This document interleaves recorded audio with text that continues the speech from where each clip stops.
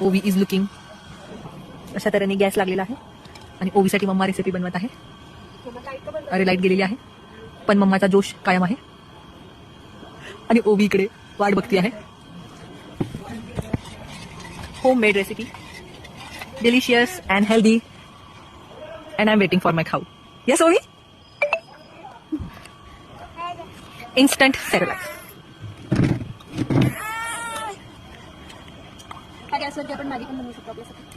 सुगरण मम्मा. पण पप्पांना मॅगी खायची इच्छा नाही, याच्यामध्ये चिकनचे पीस हवे आहेत. अरे लवकर दे रे. काय आलं ओवी, पटकन हवंय तुला.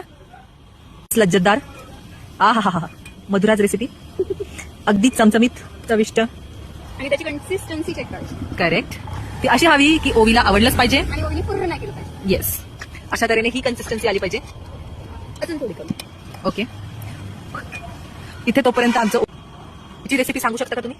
हे तांदूळ जर तुम्ही 1 वाटी घाल तर अर्धी वाटी मूग डाळ घ्यायची आहे आणि त्याला स्वच्छ धुवून घ्यायचंय. आपल्या पांढऱ्या कपड्यावरती, सुती कपड्यावरती त्याला सुकवून घ्यायचंय.